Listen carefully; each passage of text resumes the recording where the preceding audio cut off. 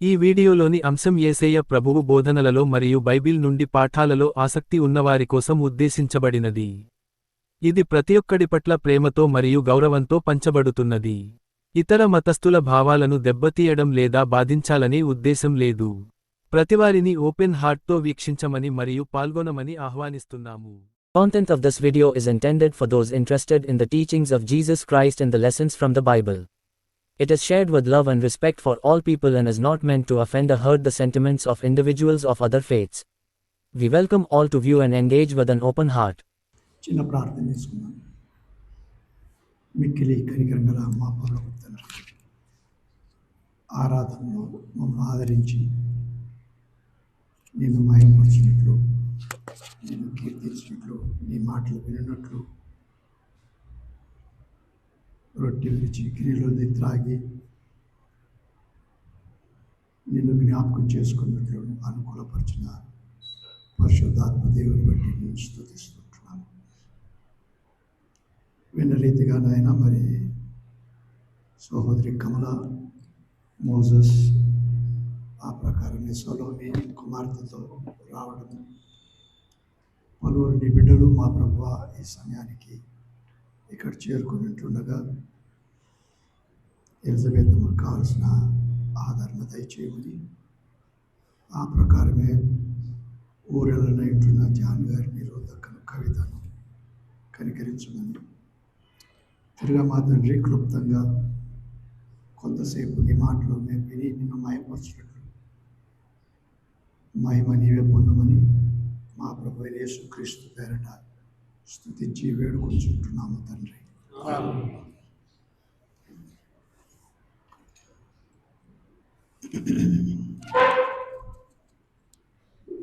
ఈ వారము నేను ఎక్కువ మట్టుకు కొంచెం స్త్రీల గురించిన మాటలాగా ఉంటాయి, కానీ విందాము. ఆది కాండంలో చూసినప్పుడు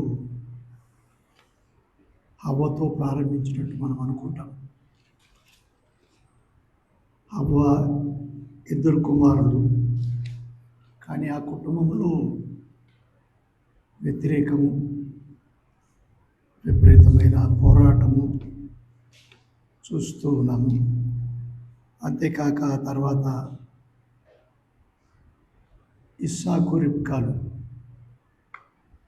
ఇస్సాకు ఇద్దరు ప్రార్థనా పరులు. వీరింటిలో కూడా ఒకరి పట్ల ఒకరు సమాధానం లేనట్లు వేరు వేరు భావాలతో ఉన్నట్టు కూడా చూస్తూ ఉన్నాము. ఆ తర్వాత పోతే రాహేలు, లేయా, వారిరువురు అక్క చెల్లెళ్ళు ఒకరినే వివాహం ఆడినారు ఏదో కారణాలను బట్టి. కానీ ఆ ఇంటిలో విపరీతమైన పోరాటాలు, అన్నతమ్ముళ్ళల్లో ఐక్యత కనపడదు. చాలా తీవ్రంగా పోరాడినట్లు తుదకు యోసేపును చంపాలని కూడా ప్రయత్నం చేసినారు. సరే, ఆ విషయాల తర్వాత ప్రభు చిత్తమైతే చూద్దాము. కానీ ప్రాముఖ్యంగా ఆది కాండంలో శారా గురించి చూసినప్పుడు ఆమెలో కొన్ని లక్షణాలు చాలా ప్రశంసనీయంగా పొగడదగినట్టుగా కనపడుతూ ఉంది. ఆమె గురించి మొదటిగా చూసినప్పుడు 11వ అధ్యాయం ఆది కాండంలో 30వ వచనంలో శారై గొడ్రాలై ఉండెను, ఆమెకు సంతానం లేదు. ఇది చాలా బాధాకరమైన సంగతి. తల్లిని గురించి ఆలోచన చేస్తూ ఉన్నామని విన్నాము. తల్లి సహజంగా తన గర్భమున కని పిల్లలను పెంచి సంతోషించాలని కోరే ఆమెకు ఇక్కడ చూస్తూ ఉన్నాము గొడ్రాలై ఉండెను అని చూస్తూ ఉన్నాము. అంతేకాక ఆమె అనేక శ్రమలకు కూడా గురి అయింది. ఎప్పుడు గర్భం ధరిస్తారంటే మాత్రమే కాదు, దేవుడు అబ్రహాం కనబడి నీవు ఈ స్థలం నుండి వదిలి నేను చూపించు స్థలానికి వెళ్ళమని చెప్పినప్పుడు విధేయురాలి భర్తతో కలిసి వెళ్తా ఉన్నట్టుగా మనకు అందరికీ తెలుసు. ఒక తల్లి గర్భం ధరించలేదు కదా, అయినా ఆమె విధేయత, ఆమె నమ్రత చాలా గొప్పది. ఇంచుమించు 70 ఏళ్ళప్పుడు జరిగింది. 75 సంవత్సరాలలో ప్రభువు అబ్రహామును తీసుకొని వచ్చినట్టున్నాడు. ఆమెకు అప్పుడు 65 ఏళ్ళు అయిండొచ్చు. అయినా శారై గురించి మనం చదివినప్పుడు ఒకరు దయచేసి లేక నేనే చదువుతాను. 12వ అధ్యాయం 14వ వచనంలో అబ్రాము ఐగుప్తులో చేరినప్పుడు ఐగుప్తీయులు ఆ స్త్రీ మిక్కిలి సౌందర్యవతి అయ్యుండుట చూచిరి. ముసలిదైనప్పటికీ ఆమె అందము లేక చాలా సౌందర్యవతి అని పరిశుద్ధాత్ముడు వ్రాస్తూ ఉన్నాడు. గనుక అబ్రహాము కూడా భయపడినట్లు ఆ సందర్భంలో చూస్తూ ఉన్నాము. ఆమె ఏం మాట్లాడాలనో కూడా నేర్పిస్తూ ఉన్నాడు అబ్రహాం. ఇది ఒక ఆశ్చర్యంగా ఉంటుంది. భార్య గర్భం లేదు, గొడ్డలని పిలిపించుకుంటా ఉంది. ఇరు ప్రక్కల అంతటా పిల్లల యొక్క ధ్వని. ఆ దినాలలో వీరు గుడారాలలో ఉంటే ప్రతి గుడారంలో ఏదో చిన్న పిల్లల కేకలు, బయట అంతా కేకలు వినపడతా ఉన్నాయి. కానీ వీరి గుడారంలో పిల్లలు లేరు. అటువంటప్పుడు ఈ ప్రయాణాలు ఒకటి. లోతుతో కలిసి వారు ప్రయాణం చేస్తూ ఉన్నారు. ఇటువంటప్పుడు మనము శారైలో ఉండి గ్రహించినప్పుడు ఆమె బాధ చెప్పుకోలేదు. అదే సమయంలో ఒకవైపు గర్భమున లేదంటే చూస్తూ ఉన్నాము. అంతేకాదు ఆమె సౌందర్యవతి అయినందువలన అనేకుల చేత శోధనలు మాత్రమే కాక ఇక్కడ చూస్తూ ఉన్నాము. ఆ శోధన కూడా వచ్చినట్లే కనబడతా ఉంది. ఈ దేశంలో కరువు వచ్చిందని వారు ఐగుప్తుకు వెళ్ళినప్పుడు ఆ దేశంలోని రాజు అనండి లేకపోతే అధిపతి అనండి, అతడు ఆమెను ఇంటికే తీసుకుని వెళ్ళినట్టుగా చూస్తూ ఉన్నాము. అయినా దేవుని ఏర్పాటులో ఉన్నది కనుక దేవుడు భద్రపరుస్తూ ఉన్నాడు. దేవుడు ఆ ఇంటి వారికి కలగజేసిన శ్రమలను బట్టి ఆ ఇంటి వారు అబ్రాము ఒక దైవజనుడని గుర్తించి వెంటనే ఆయన ఏమంటూ ఉన్నాడంటే 12వ అధ్యాయంలో 19వ వచనంలో ఈమె నా సహోదరిని ఎలా చెప్పితివి అంటూ ఉన్నాడు. ఇప్పుడు నేను అనుకుంటాను శారాయికి ఒక పెద్ద బరువు దిగిపోయినట్లు అయి ఉంటుంది. అరే ఇతడే సరిగా లేక గ్రహించి దేవుని చేత హెచ్చరింపబడుతున్నాడు.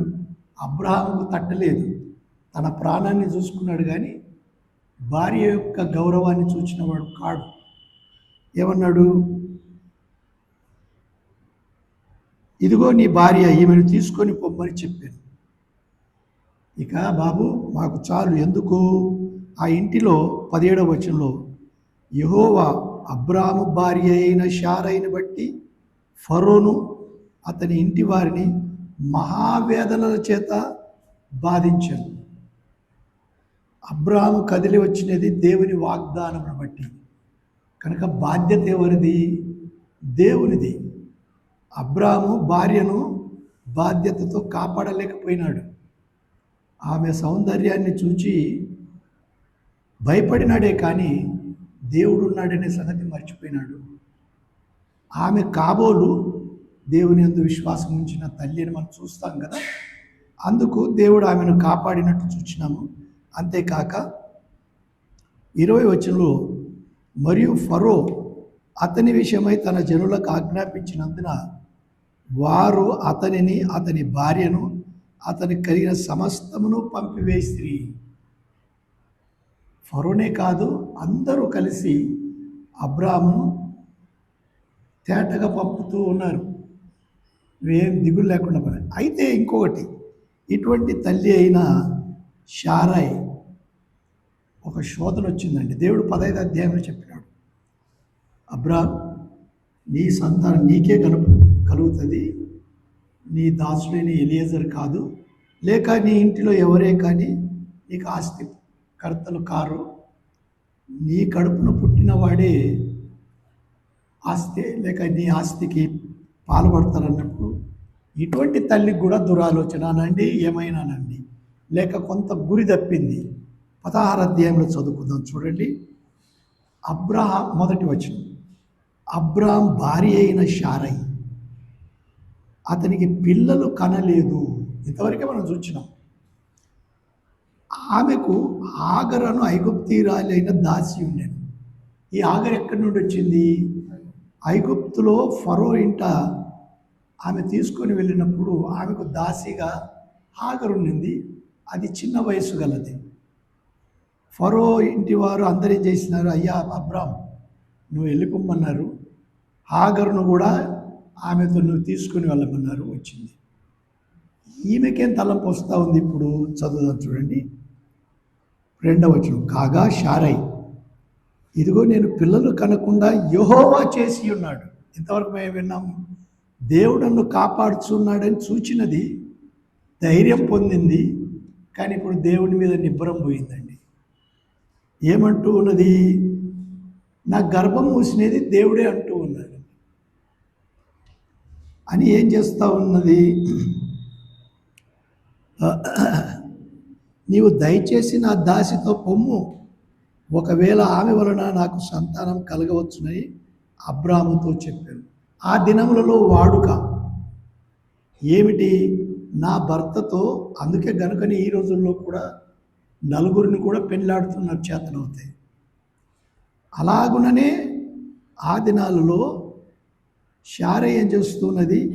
ఈ దాసి ఎవరి బిడ్డ గనక దీనితో నువ్వు పొమ్ము, దానికి ఒకవేళ కాన్పైతే అది నా బిడ్డగా ఎంచుకుంటానని చెప్పి ఆలోచన చేస్తూ ఉన్నది. ఎంతో కాచిన తల్లి ఇప్పుడు ఆమెకు వచ్చిన దాన్ని ఏమంటారు, ఒక చెడ్డ తలంపు అనను, కానీ లోకరీతిగా ఆలోచన చేస్తూ ఉన్నది. ఏం చేసింది? వెంటనే అబ్రాము ఉన్నాడే, అబ్రాము శారై చెప్పినట్టుగానే చేస్తూ ఉన్నాడండి. ఇది చాలా విచారకరమైన సంగతి. ఏమిటి? 3. కాబట్టి. ఎందును బట్టి?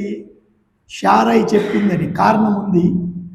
తప్పు చేస్తూ ఉన్నది అబ్రాము, దేవుని మాట విన్నది అబ్రాము.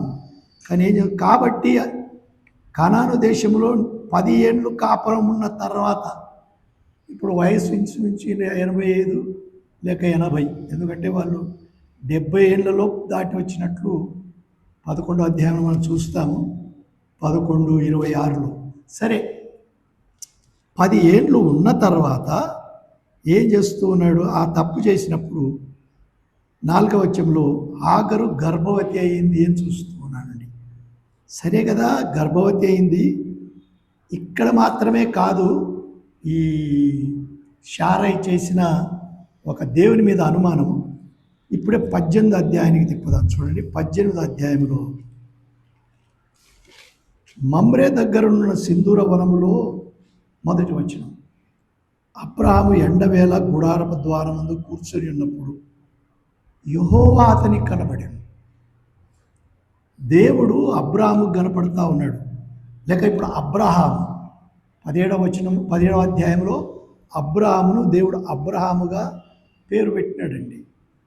అబ్రహాముకు దేవుడు కనబడినప్పుడు ఆయన చెప్పలేదు నేను దేవుడని, కానీ అబ్రహాము గుర్తెరిగి వారికి మంచి పరిచర్య చేసినట్టుగా మనం విన్నాము, అందరికీ తెలుసు కూడా. కానీ ఇప్పుడు మనకు కావాల్సింది శారా గురించిన మాట. శారై కూడా శారా అని పేరు పెట్టబడింది. అక్కడ చూద్దాం చూడండి. 9వ వచనం. వారు అతనితో నీ భార్య అయిన శారా ఎక్కడ ఉన్నది అని అడిగినారు. అయ్యా, నీ భార్యతో వంట చేయించినావు, నీ దాసులతో వంట చేయించినావు, ఏది నీ భార్య కనపడకుండా ఉంది, ఎక్కడ దాచిపెట్టినావు అన్నట్టుగానే మాట్లాడుతున్నారు. అంటే వెంటనే ఏం చేసినారు? అదిగో గుడారంలో ఉన్నదని అబ్రహాం చెప్పినాడు. అందుకు ఆయన మీదటికి ఈ కాలమున నీ యొద్దకు నిశ్చయముగా మరలా నేను వస్తాను, అప్పుడు నీ భార్య అయిన శారాకు ఒక కుమారుడు కలుగునని చెప్పెను. ఎవరు చెప్పింది? దేవుడు చెప్తా ఉన్నాడండి. అయ్యా అబ్రహాము, నేను సంవత్సరం తర్వాత సరిగా వస్తా, వచ్చినప్పటికీ నీ భార్య అయిన శారైకి కుమారుడు కంటది అని చెప్పినప్పుడు, అప్పుడు అబ్రాహాము కంటే ముందు దేవుడు ఏం రాపిస్తున్నాడు? పరిశుద్ధాత్ముడు 10వ వచనంలోని మధ్య భాగం, శారా ఆయన వెనక నుండి గుడారపు ద్వారమందు వినుచుండెను. ఈ మాటలన్నీ ఆడవాళ్ళకి అలవాటేనండి. కనపడరు కానీ చెవులు విస్తారంగా తెరుచుకొని వింటూ ఉంటారు. ఈ చెప్పబడే వారికి సరిగా వినపడవేమో కానీ వారికి మాత్రం తేటగా ఉంటాయి. ఊరికి ఉదాహరణగా చెప్తా ఉన్నాను. ఇక్కడ ఈమె సరిగా వింటా ఉంది. విన్నప్పుడు ఏం జరిగింది? 11వ వచనం, అబ్రహామును శారయును కాలం గడిచిన వృద్ధులై ఉండిరి. పరిశుద్ధాత్ముడు రాస్తూ ఉన్నాడు. అంతేకాదు, స్త్రీ ధర్మము శారాకు నిలిచిపోయేను గనుక, ఇప్పుడు వినండి, శారా నేను బలము ఉడిగిన దాననైన తర్వాత నాకు సుఖము కలుగునా, నా యజమానుడును వృద్ధుడై ఉన్నాడు కదా అని తనలో తాను నవ్వుకొనెను. తనలో తానే, అబ్రహాముతో చెప్పలేదు, దేవుని ఎదుటికి వచ్చలేదు, అయ్యలారా ఏంటి అలా చెప్తా ఉన్నారు అనలేదు. తనలో తాను అనుకుంటుంది, వీళ్ళు ఏంటి చెప్పేది. కనుక శారాయిలో మనం గుణాలు చూస్తూ ఉన్నాం కదా. ఆమె ముందు నాకు దేవుడు కాపాడుతాడు, కాపాడినప్పుడు ఒక భారం దిగినట్టు అనుకున్నది. కానీ ఎప్పుడైతే దేవుడే వచ్చి నీ గర్భమున కుమారుడు కంటావని చెప్పినప్పుడు సందేహం వచ్చిందండి. చంచలత్వం వచ్చినట్టుగా చూస్తున్నాం. కానీ ఇదే స్త్రీ మార్చబడింది. ఈ 18వ అధ్యాయం నుండి మీరు తర్వాత ఇంటికి వెళ్ళినప్పుడు చూసుకోండి, 21వ అధ్యాయం వరకు ఆమె మధ్యలో మార్చబడతా ఉంది. గనుక ఏం జరిగిందంటే చూడండి, హెబ్రీలకు రాసిన పత్రికలో 11వ అధ్యాయము, హెబ్రీలకు రాసిన పత్రిక 11వ అధ్యాయము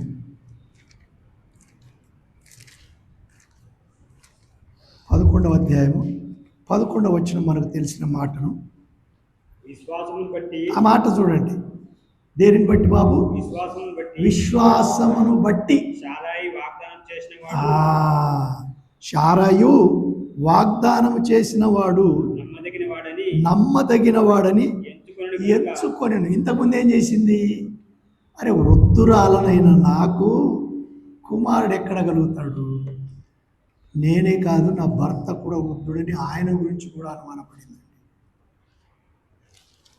కానీ తర్వాత ఆమెను ఏం చూస్తున్నాం? మార్పు, విశ్వాసం చాలా గొప్పదండి. 11వ అధ్యాయంలో హెబ్రీలకు రాస్తూ ఆమె ఈ పట్టిలో వచ్చిందంటే అద్భుతము.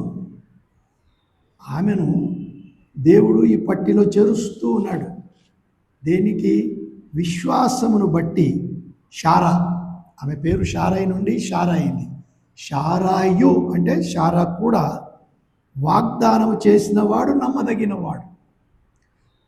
మన ఆయువులో, మన జీవిత కాలములో మన మార్పులను మనం గ్రహించాలి. నేను ఎట్లుంటిని, నేను ఎక్కడ ఉంటిని, దేవుడు నన్ను ఎప్పుడు పట్టుకున్నాడు, ఇప్పుడు నేను ఎలాగున్నాను. శారాయి శోధింపబడిందండి.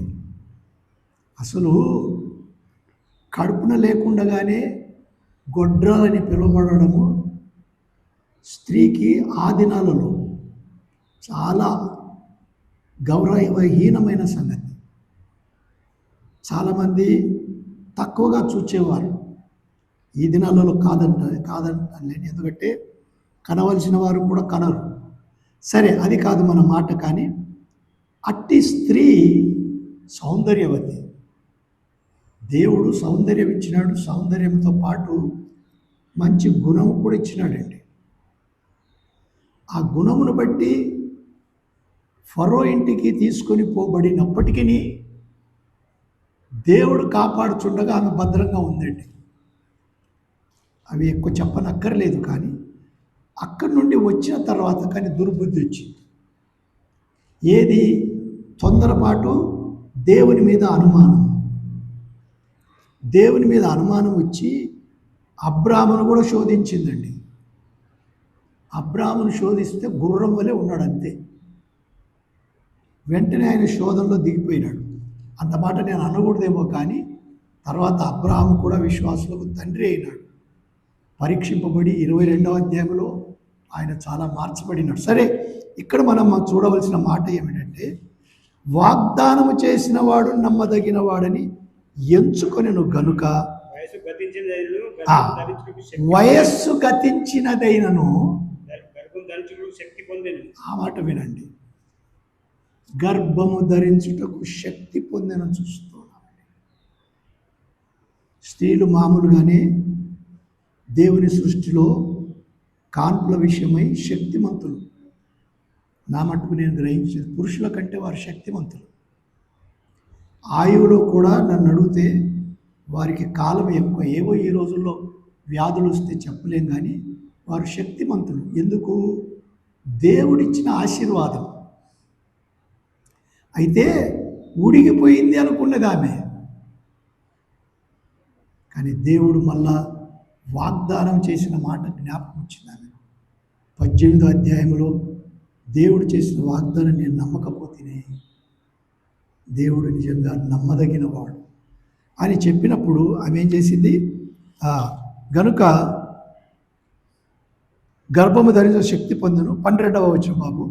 అందుచేత నదుతురుడైన ఆ యుగం నుండి సంఖ్యకు ఆకాశ నక్షత్రాల వలను సముద్ర తీరం మంది లెక్కింప శక్యం కానీ ఇసుక వలను సంతానం కలిగింది. ఇదంతా మనం చూసినట్లయితే ఈ సంతానము ఆగర్నందు కలిగిన సంతానం గురించి చెప్పబడతా ఉండేది. ఇస్సాకు వలన పుట్టినైనదే నీ సంతానం. శారా గర్భము ధరించి పుట్టిన కుమారుడే నీ సంతానం.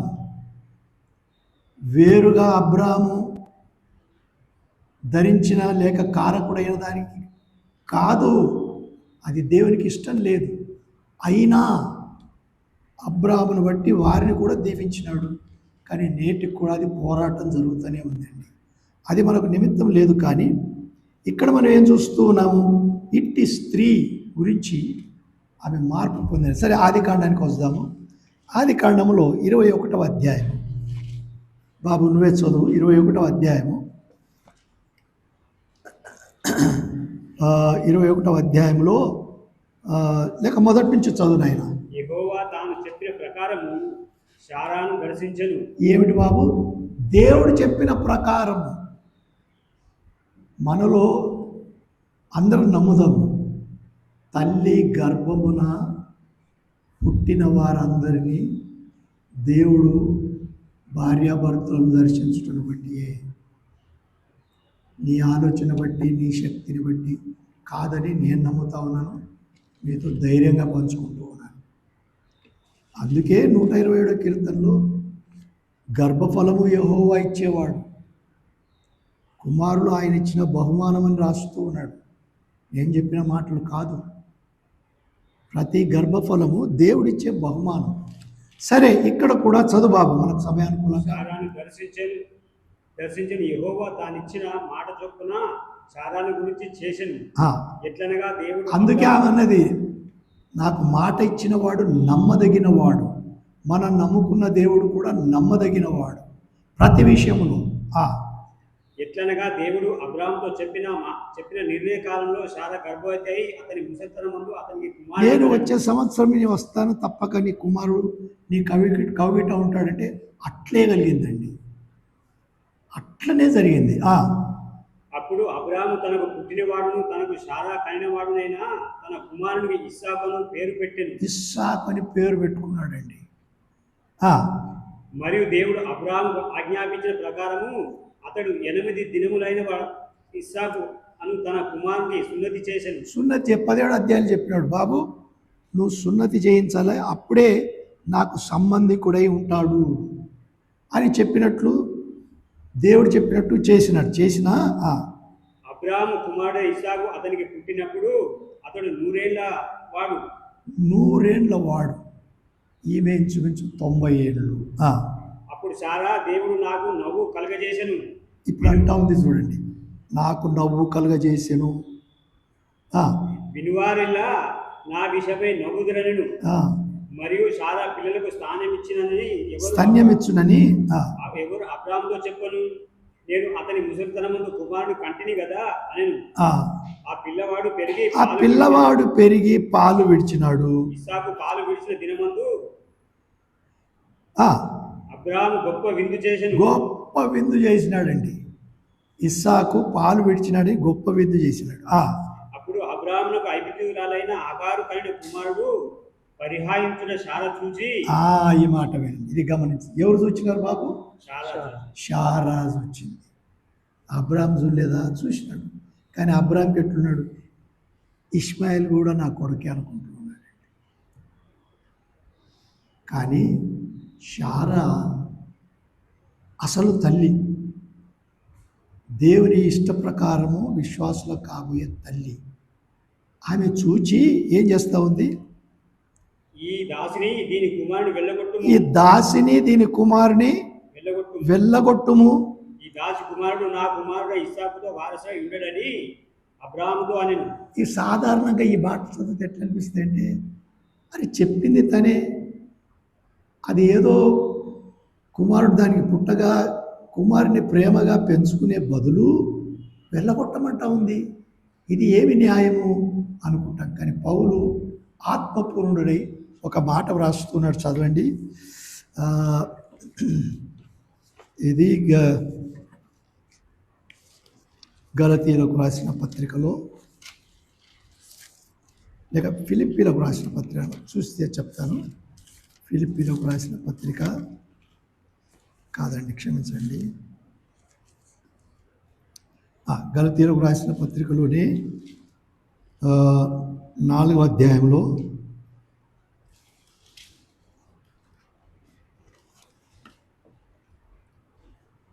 29వ వచనం.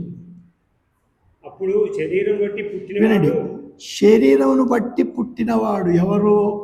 అబ్రాహాముకు శరీరం బట్టి పుట్టినవాడు ఎవరు? ఇష్మాయేలు.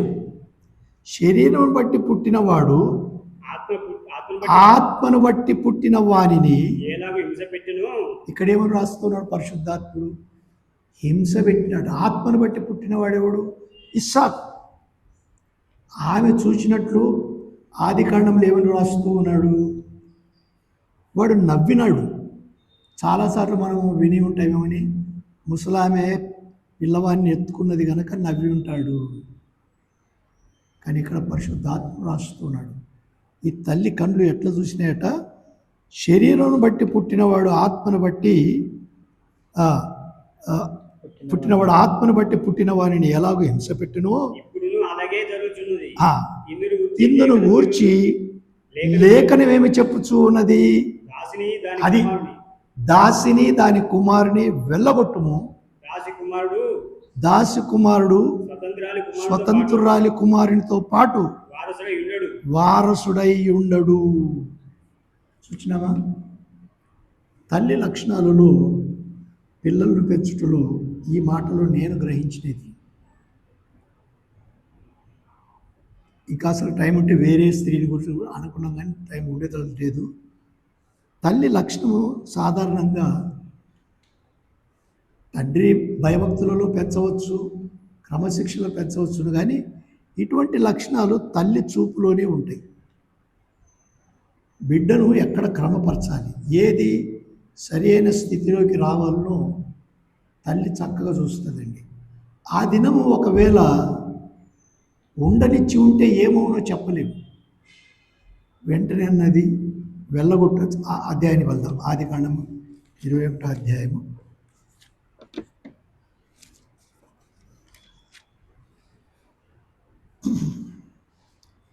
21వ అధ్యాయంలో 11వ వచనం చదువు నాయన. అతని కుమారుని బట్టి ఆ మాట అబ్రాహాము మిక్కిలి దుఃఖం కలగజేసింది. చూసినారా? ఇస్మాయిల్ వెళ్ళగొట్టమంటే అబ్రాహాంకి ఏమైంది? దుఃఖం కలుగుతూ ఉందండి. శరీర సంబంధమైన క్రియలు వదిలిపెట్టాలంటే కూడా దుఃఖము. ఎవరికి దుఃఖం కలుగుతూ ఉంది? దేవుని చేత పిలువబడిన అబ్రహాముకు దుఃఖం కలుగుతూ ఉంది. అయినా జరిగింది ఏమిటి? అయితే దేవుడు ఈ చిన్నవాడిని బట్టి నీ దాసిని బట్టి నీవు దుఃఖపడవద్దు. చూసినారా? దేవుడు వస్తూ ఉన్నాడండి. శారయలో మనం చూసిన మొదట కూడా చాలా దీర్ఘంగా కనిపెట్టిన తల్లి. నేను ఊహిస్తూ ఉన్నాను, పెళ్ళి ఆడిన వెంటనే చాలామందికి పిల్లలను కని పిల్లలతో కుటుంబంలో ఏర్పరచబడాలని, అది దేవుని చిత్తము, తల్లిదండ్రుల చిత్తము కూడా. కొన్నిసార్లు వేచి ఉండవలసి ఉంటుంది.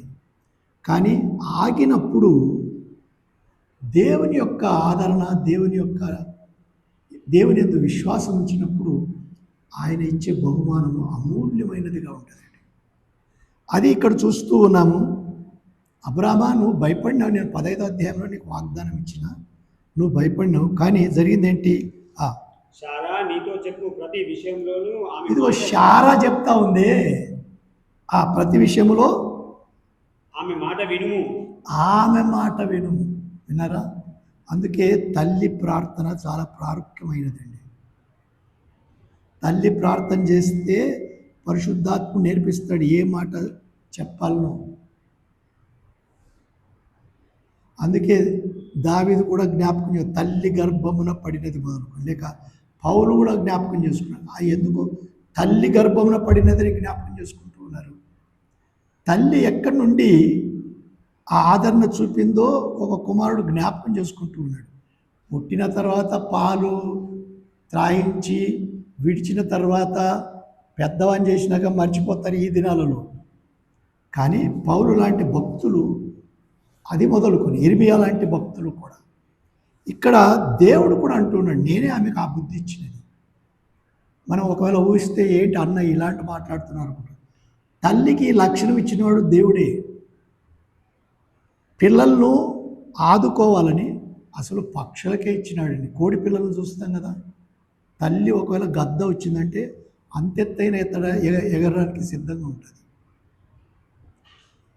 సింహపు పిల్లలు కూడా ఏవైనా వచ్చినాయంటే మా ఎలుగుబంటి కూడా ఈనుకున్న తర్వాత పిల్లలను కాపాడడంలో చాలా ఉగ్రత కలిగినది. ఇవన్నీ దేవుడు దయచేసే లక్షణాలు. అట్టి వాటికే దేవుడు ఇస్తే తల్లికి ఇంకా మరీ ఎక్కువగా ఇస్తాడు.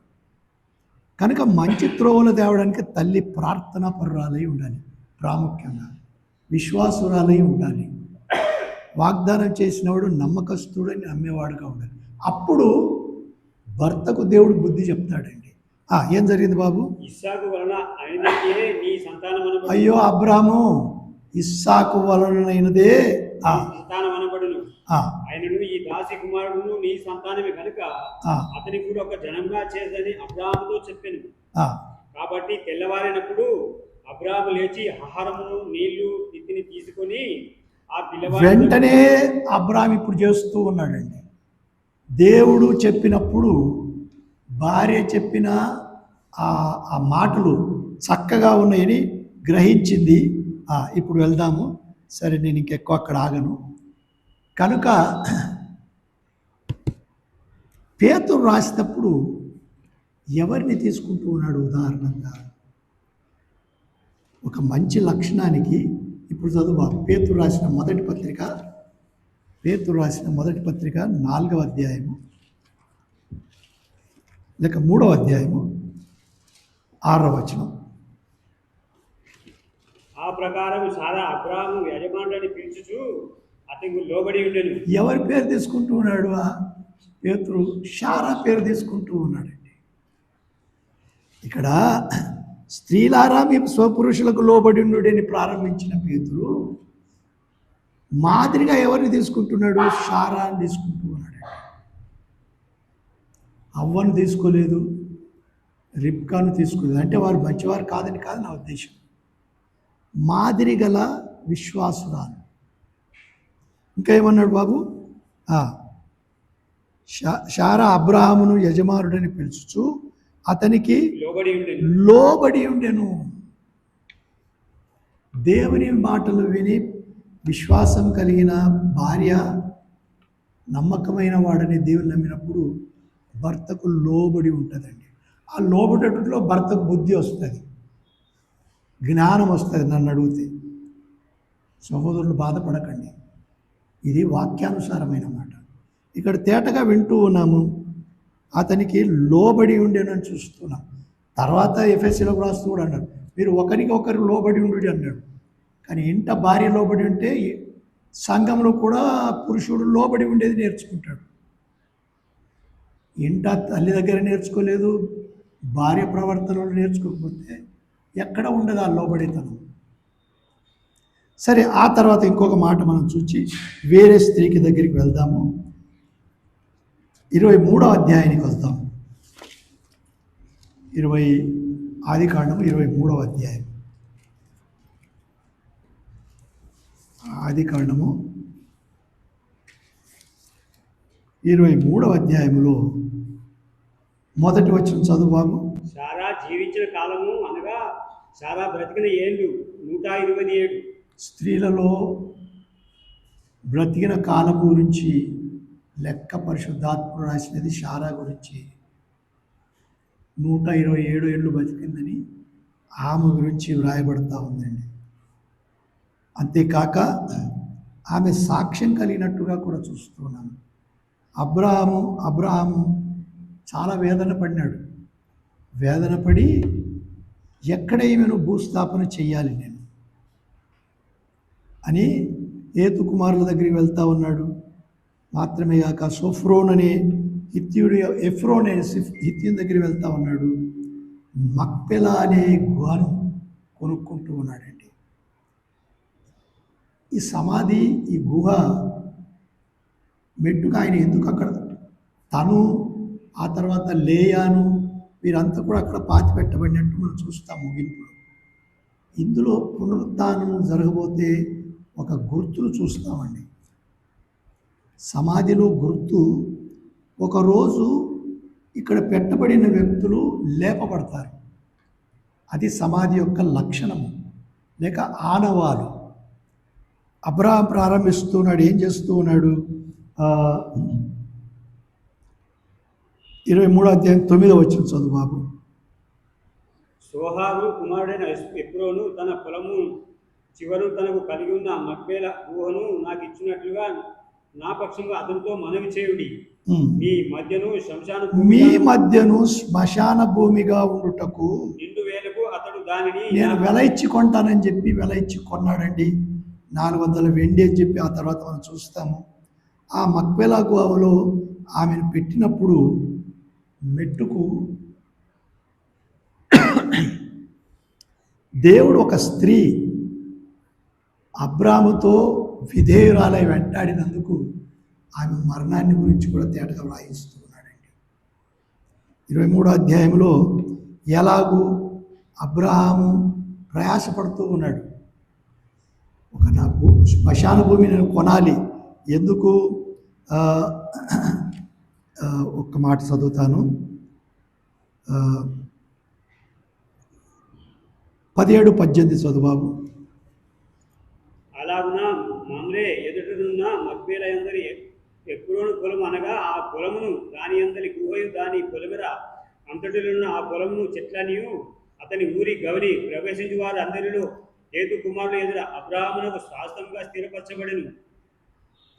చదువు. ఆ తరువాత అబ్రాహాము కానాను దేశంలో హెబ్రోను మమ్రే ఎదుట ఉన్న మక్పేల పొలం గుహలో తన భార్య అయిన శారాను పాతిపెట్టెను. ఎంత ఒక అధ్యాయం అంతా దేవుని ఆత్ముడు శారా గురించి వ్రాయిస్తూ ఉన్నాడండి. ఆమె చనిపోయిన దాని తర్వాత భర్త అయిన అబ్రహాము ఎలాగూ ఆమెను పాతిపెట్టినాడు. అది ఒక సాక్ష్యం ఆమె గురించి ముగింపు.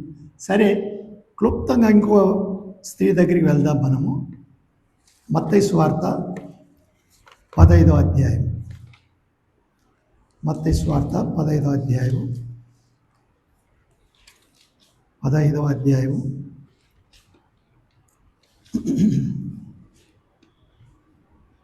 21 నుంచి నేనే చదువుతాను. యేసు అక్కడ నుండి బయలుదేరి తూరు సీదోనుల ప్రాంతంలోకి వెళ్ళగా, ఇదిగో ఆ ప్రాంతంలో నుండి కనాను స్త్రీ ఒకతే వచ్చి ప్రభువా, దావీదు కుమారుడా, నన్ను కరుణింపుము. నా కుమార్తె దయ్యము పట్టి బహు బాధపడుచున్నదని కేకలు వేశాను. అందుకు ఆయన ఆమెతో ఒక్క మాట అయినను చెప్పలేదు. అప్పుడు ఆయన శిష్యులు వచ్చి, ఈమె మన వెంబడి వచ్చి కేకలు వేయుచున్నది గనుక ఈమెను పంపివేయమని ఆయనను వేడుకొనగా, ఆయన, ఇశ్రాయేలు ఇంటి వారై నశించిన గొర్రెల యొద్దకే గాని మరి ఎవరి యొద్దకు నేను పంపబడలేదు అనెను. అయినను ఆమె వచ్చి ఆయనకు మ్రొక్కి, ప్రభువా, నాకు సహాయం చేయమని అడిగాను.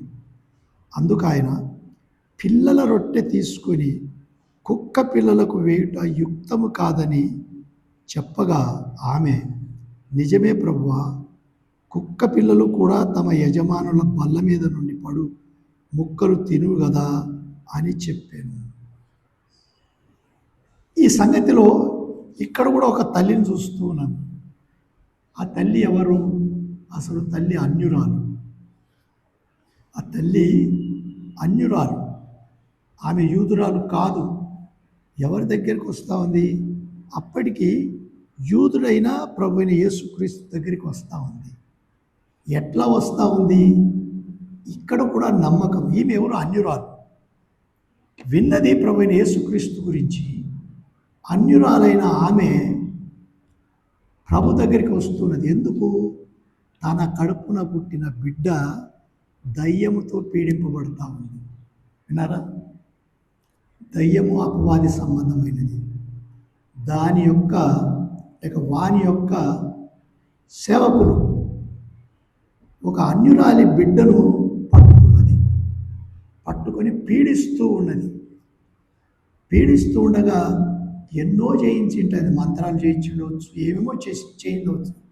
కానీ విన్నది మన చోటికి కపెర్నహూము నుండి వచ్చిన దైవజనుడైన మెస్సియా లాంటి వాడైన వాడు ఉన్నాడు అంటే, అందుకే ఆమె దావీదు కుమారుడా అంటా ఉంది. చూడండి, మత్తయి ఆ మాట అట్లే ఉంచి 22వ అధ్యాయంలో 22వ అధ్యాయము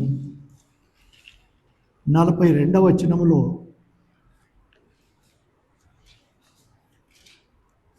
ఎవరు దావీదు కుమారుడు? ఒక చదవండి, 42వ వచనం. క్రీస్తు గురించి మీకేమి తోచుచున్నది? క్రీస్తుని గురించి మీకేమి తోచుచున్నది? ఆయన ఎవని కుమారుడని అడిగాను. ఆయన ఎవని కుమారుడని అడిగాను. వారు ఆయన దావీదు కుమారుడని చెప్పి.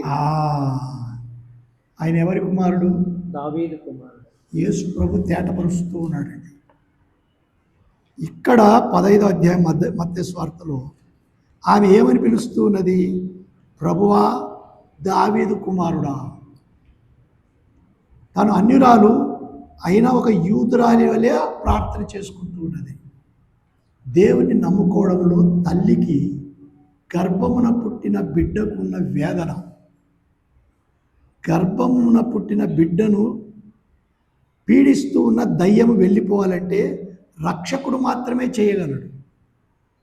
రక్షకుని చేతనే అవుతుంది అని చెప్పి ఆమె నమ్ముకున్నది. ఇక్కడ ఒక ఆశ్చర్యమైన సంగతి ఎట్లుందంటే, యేసుప్రభు వెంటనే అట్లనా అన్నట్టుగా లేడు.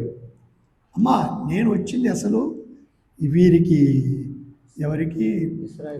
యూదులకు స్వస్థత కలిగజేయడానికి, రక్షణ కలిగజేయడానికి వచ్చినాను, కానీ వేరే వారికి నేను చేయలేనమ్మా అన్నట్టుగానే ఆయన మాట్లాడుతున్నాను.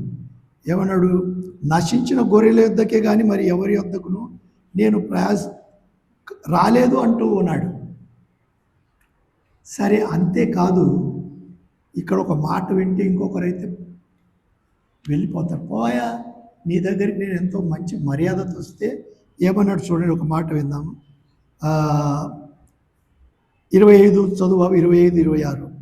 అయినను ఆమె వచ్చి ఆయనకు మ్రొక్కి, ప్రభువా, నాకు సహాయం చేయమని అడిగాను. అందుకు ఆయన పిల్లల రొట్టె తీసుకొని కుక్క పిల్లలకు వేయుట యుక్తము కాదని చెప్పాను. అమ్మా, నేనిచ్చే రొట్టె పిల్లలు అంటే యూదులు, కుక్కలంటే ఎవరు? అన్యులు. అన్యులను యూదులు కుక్కలనే పిలుస్తూ ఉన్నారండి. ఈ మాట అట్లే ఉంచి ఫిలిప్పీలకు రాసిన పత్రిక ఫిలిప్పీలకు రాసిన పత్రిక 3వ అధ్యాయము 2వ వచనం చూడు బాబు. అక్కడ ఎట్లా కుక్కలను గూర్చి ఫిలిప్పీలకు రాసిన పత్రిక 3వ అధ్యాయము 2వ వచనం. కుక్కల విషయమై జాగ్రత్త ఉండుడి. కుక్కల విషయమై జాగ్రత్తగా ఉండుడి. దుష్టులైన పనివారి విషయమై జాగ్రత్తగా ఉండుడి. ఈ ఛేదన అంటే సున్నతి ఆచరించు వారి విషయమై జాగ్రత్తగా ఉండుడి. అక్కడ కుక్కలు అన్యులు, ఛేదన ఆచరించే వాళ్ళు యూదులు, అందరి గురించి జాగ్రత్తగా ఉండాలి. సరే, ఆ మాటలు కుక్కలోనే పిలువబడతా ఉన్నారండి. ప్రకటన గ్రంథం కూడా మనం చూసుకున్నాము. గతసారి నేను అక్కడ ఆగి మాట్లాడలేదు. 22వ అధ్యాయంలో 22వ అధ్యాయము 15వ వచనం. కుక్కలను మాంత్రికులను, కుక్కలు వినండి, కుక్కలను మాంత్రికులను, వ్యభిచారులను, నరహంతకులను, విగ్రహారాధికులను, అబద్ధమును ప్రేమించి జరిగించు ప్రతి వాడును వెలుపట నుందురు పరలోకములో ఉండడండి. యేసు ప్రభువును నమ్ముకొనని అన్యులకు స్థలం లేదన్నట్టుగా ప్రకటన గ్రంథంలో చూస్తున్నాం. ఇక్కడ ప్రభు ఆమెతో చెప్తున్నాడు, అమ్మా ఇది కుక్కల కొరకైన వ్యవహారం కాదు అంటూ ఉన్నాడు. సరే, అప్పుడు జరిగింది ఏమిటి? మత్తయి సువార్త 15వ అధ్యాయము 27వ వచనం. ఆమె నిజమే ప్రభువా, కుక్క పిల్లలు కూడా తమ యజమానుల బల్ల మీద నుండి పడు ముక్కలు తినును గదా అని చెప్పింది. ఆ మాట వినండి. ఆమె విశ్వాసం ఏమిటి అంటే, అవునయ్యా నేను కుక్కనే, నేను కుక్క పిల్లనే, కానీ యజమానుడు అయిన నీవు బల్ల మీద పెట్టుకున్న రొట్టె ఎవరికైతే సిద్ధపరిచినావో ఆ ముక్క కూడా క్రింద పడితే, పొరపాటున క్రింద పడితే నేను తింటానయ్యా. అంత విశ్వాసంతో మాట్లాడుతూ ఉంది. అందుకు ప్రభు ఏమన్నాడు ఆమెతో? ఒక మాట విందాం చూడండి. అందుకు ప్రభు, అమ్మా నీ విశ్వాసం గొప్పది. ఆ మాట వినండి, నీ విశ్వాసము గొప్పది, నీ కోరినట్టే నీకు అగునుగాక. ఎవరిమే? ఒక తల్లి. ఎవరి తల్లి? కడుపున పుట్టిన బిడ్డ దయ్యముతో బాధపడుతుంది. తనకు లేదా బాధ? తండ్రి ఏడి? తండ్రి బిడ్డ పుట్టేవరకు క్షమించండి నన్ను ఇట్లాంటి మాటలు మాట్లాడితే, ఆ తర్వాత చూసుకున్నట్టే లేడు. రాత్రి పగలు అనుకొనక తల్లి పోషించి పెంచిన తర్వాత దయ్యం పట్టుకున్నదండి. బాగుపడ్డానికి ప్రభు దగ్గరికి వచ్చింది ఆ తల్లి. ఎట్లొచ్చింది? విశ్వాసంతో వచ్చింది. అమ్మా నీ విశ్వాసము గొప్పది. విశ్వాసము కలిగి ఉంటే ఆయనకు అసాధ్యమైనది ఏది లేదు. మార్కు సువార్త 9వ అధ్యాయం చూస్తే, నమ్ముట నీ వలనైతే నమ్మువానికి సమస్తము సాధ్యం. ఈమె ఎవరు? అన్యురాలని చూసినాం కదా. సరే, ఈ మాట ముగించండి. 28వ వచనము. నీవు కోరినట్టే నీకు అవునుగాక అని ఆమెతో చెప్పాను. ఆ గడియలోనే స్వస్థత నొందెను. ఆమె కుమార్తె స్వస్థత నొందెను. పెట్టుకోకరా బాబు, చదువు, మళ్ళా చదువు. ఆ గడియలోనే ఆమె కుమార్తె స్వస్థత నొందెను. ఆమె కుమార్తె స్వస్థత నొందెను. ఆ గడియలోనే విశ్వాసం ఉంటే ఎక్కువసేపు పట్టదండి. ఆ గడియలోనే అసలు ఈ అన్యులలో ఇంకో మాట చూద్దాం చూడండి. మత్తయి సువార్త 8వ అధ్యాయంలో కూడా అన్యులలోనే ఎలాగో స్వస్థత పొందినారో దేవుని ఆత్ముడు ప్రత్యేకంగా వ్రాయిస్తూ ఉన్నాడు. 8వ అధ్యాయంలో శతాధిపతి చూస్తున్న ఆయన దాసుని కొరకు, ఆయనకు కాదు, ఆయన దాసుని కొరకు ప్రభువా ఏమన్నాడు? 7వ వచనంలో లేక 6వ వచనం. ప్రభువా నా దాసుడు పక్షవాయువుతో మిగుల బాధపడుచు ఇంటిలో పడి ఉన్నాడని చెప్పి ఆయనను వేడుకొనెను. ఒక శతాధిపతి వేడుకుంటూ ఉన్నాడండి. విశ్వాసం ఉంది కనుక మేము ఎందుకు వస్తాం ఆ చర్చికి రాము, లేక మేము అక్కడికి రాము అనుకునేవారు ఉన్నారు. కానీ అన్యుడు వచ్చి ఏం చేస్తూ ఉన్నాడు?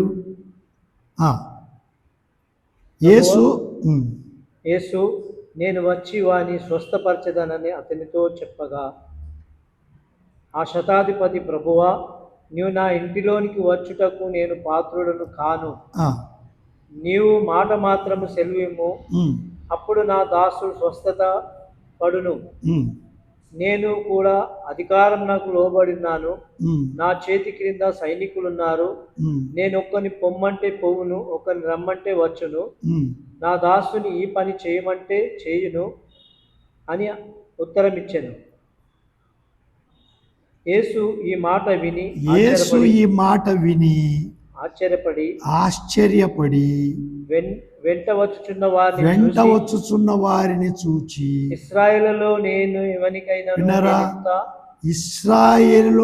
ఎవనికైనాను నేను ఇంత విశ్వాసం ఉన్నట్టు చూడలేదు. నీ విశ్వాసం గొప్పది అన్నట్టుగా చెప్తున్నాడు. వీనికి కూడా ఇంత విశ్వాసం మెట్టుకు నా మట్టుకు ఇది చదువుకునేటప్పుడు నమ్రతతో నేర్చుకునేది. విశ్వాసి నేను పిలువబడుతూ ఉన్నాను ప్రభువా, ఎంతున్నది విశ్వాసం,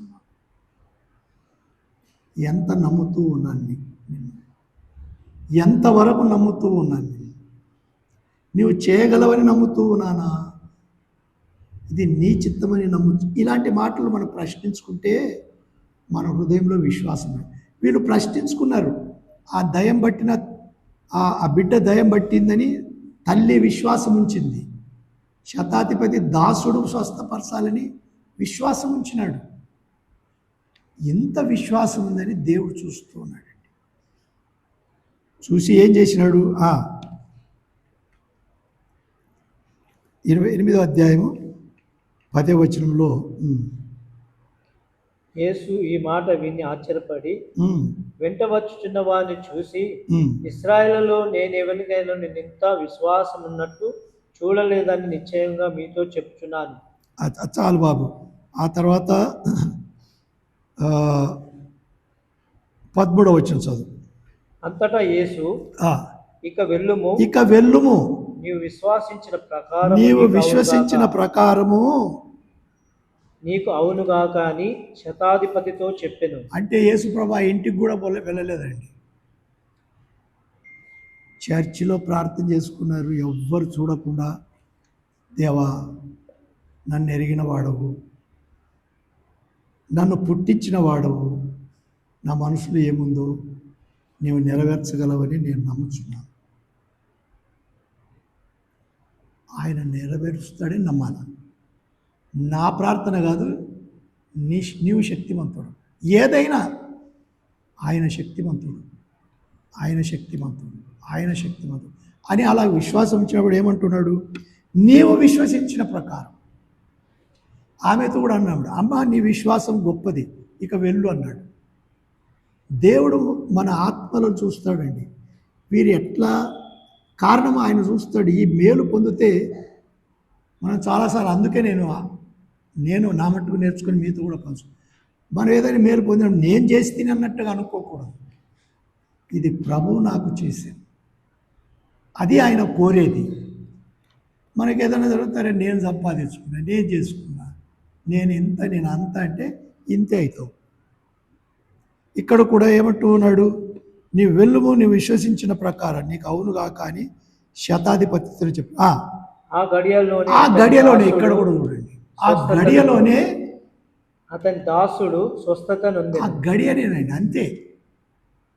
గడియ అక్కడ గడియని, ఇక్కడ గడియని, ఇద్దరు అన్యులు. నేను అనుకుంటాను వారి ఇంట కలిగిన ఆ స్వస్థతకు రక్షణ పొందిన వారు ఎవరు? నేను ఇంకా చదివిన మార్క్స్ వార్త 7వ అధ్యాయం ఇంకా సురోఫెనికియా స్త్రీ అని చెప్పి ఆమె గురించి వ్రాయబడింది. ఇద్దరు అన్యులు. ఫెనికియా దేశం నుంచి వచ్చిన ఆ స్త్రీ కనానురాని అని చెప్పి మత్తయిలో రాయబడింది. ఇక్కడ శతాధిపతి 100 మంది సైనికులు ఉన్నారు. అదే అన్నాడు, ఒకని రమ్మంటే వస్తాడు, పొమ్మంటే పోతాడు. అటువంటి అధికారం నాకు ఉంది. అయినా నీకున్న సామర్థ్యత, మనం ఎప్పుడన్నా అనుకుంటామా, నా సామర్థ్యత కాదు, నీ సామర్థ్యం. నేను నమ్మితే సంపూర్ణంగా నీవు స్వస్థతనే కాదు, అన్నీ నీ మహిమార్థమే చేస్తా. దేవి మాటలు దీవించుగాక. ప్రార్థన చేసుకుందాం. దయాకనికరం గల మా పరలోక తండ్రి, ఈ మధ్యాహ్నం నీవు ఇచ్చిన సమయంలో బట్టి నేను స్తుతిస్తున్నాను. మరొకసారి బలహీనులము శరీరంలో మా ప్రభువా నీ ఆదరణ దయచేసి, మా తండ్రి నీవు తోడుగా ఉంటున్నావనే ధైర్యము దయచేసి, సమస్తము నీ చిత్తానుసారంగా జరుగుతున్నదని నమ్మకంతో విశ్వాసంలో తొట్టిల్లకుండా నడుచుటకు నీ కృపను అనుగ్రహించుకొని, ఈ లోకంలో శ్రమలు ఎన్నుకొనుట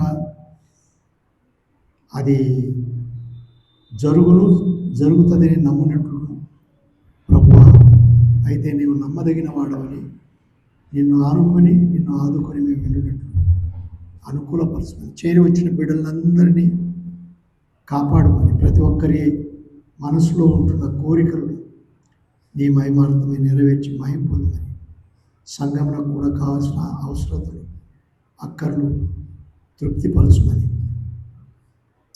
ఘనతా మహిమలు నీకే ఆరోపిస్తూ మా ప్రభును ప్రియరక్షకుడైన యేసుక్రీస్తు పేరట వేడుకొంచుంటున్నాము తండ్రి. ఆమేన్.